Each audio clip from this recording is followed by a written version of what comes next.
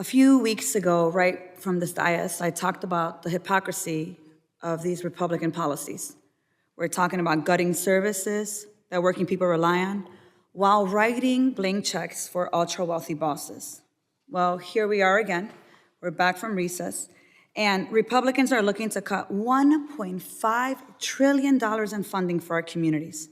But today, we're considering also a $69 billion infusion into an agency that is violating our rights, undermining due process, and blaming administrative errors for their criminal behavior.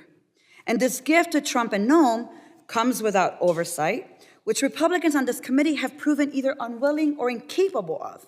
Case in point, my request to conduct an oversight visit in El Salvador was publicly denied in the press, despite evidence that Noem spent $6 million of taxpayer dollars to disappear immigrants to a foreign prison without due process.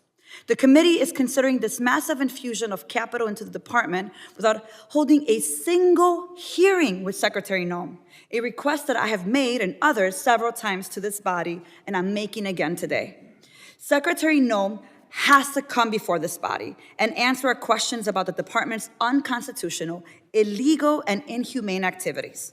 Mr. Chair, I ask unanimous consent to include in the record a letter requesting Noem come before the committee to testify. In case, I can keep going, I can do it at the end if you'd like.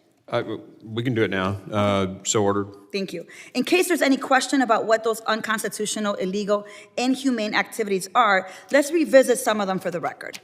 Republicans are seeking to fund the wasteful spending of this administration after Trump and Noem already wasted $300 million in 6 weeks to militarize the border.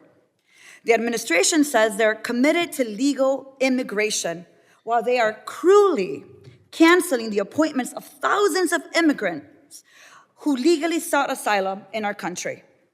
Trump and Noem have even denied children, 2-year-old children, their basic right to face immigration proceedings with a lawyer, including children going through cancer treatment.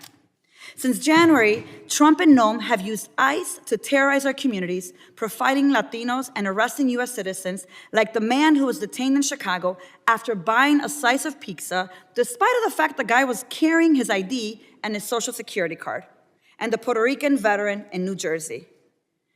Folks, these are the same people who launched a $200 million anti-immigrant ad propaganda campaign with your constituent taxpayer dollars.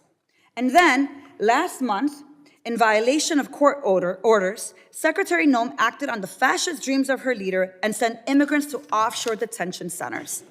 Noem wasted millions to fly immigrants without criminal records to Guantanamo. And then, she decided to enter into a $6 million deal with El Salvador government to disappear and mistakenly deport a legal resident, Kilmar Abrego Garcia, in addition, a hairdresser, soccer players, 8 women to a men's prison, and a long list of immigrants with no criminal records.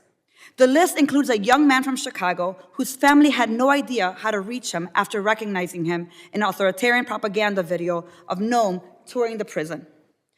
All while Trump, Noem, and Rubio weaponize immigration enforcement against activists and dissenting voices like legal permanent resident Mahmoud Khalil, international student Rumisa Ostork, and labor rights organizer Alfredo Lelo Juarez.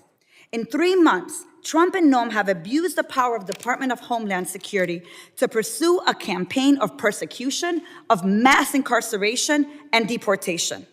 Day after day, Noem disregards the authority of Congress, the laws of the land, the constitutional rights of residents, the courts, due process, and every check and balance that protects us from fascist authoritarians.